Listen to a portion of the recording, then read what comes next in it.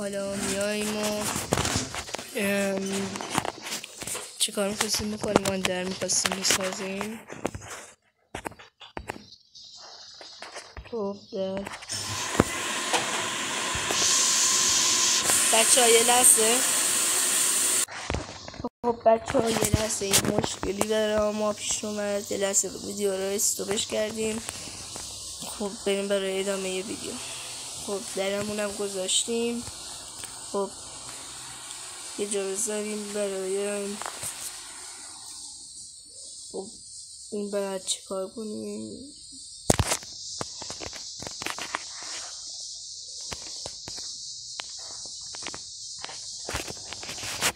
باید یه چوب بخواهیم.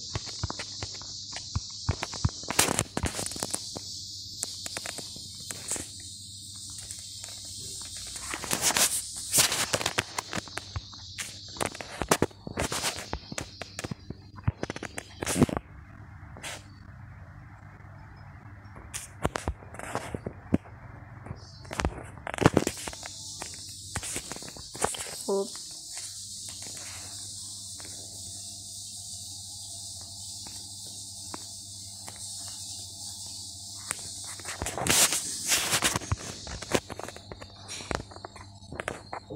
رسانیمون رو میذاریم داخل چستمون و الان دیگه هوای بیرون شب شده. هرچند ما تختی نه چیزی داریم، به خاطر همین مجبوریم که شبا تا صبح بیدار بمونیم. بچه ها من ویدیو رو کات میکنم تا فردا صبح که شد ببینم ادو. خب بچه ها صبح شده دوباره و ما اومدیم از خونه بیرون و دوباره گوسفند پشم خوب و لازم.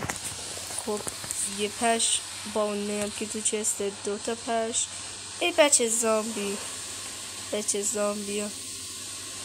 های آتش دار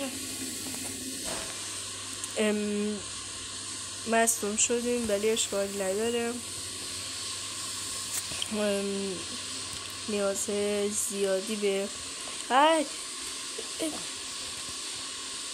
کلاه طلایی داری؟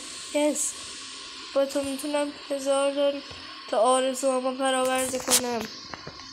یس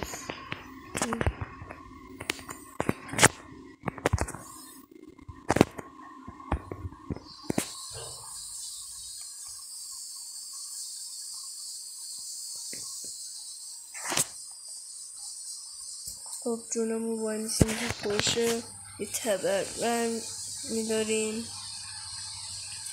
بعد با این تبرمون میریم به جنگ زامبیه.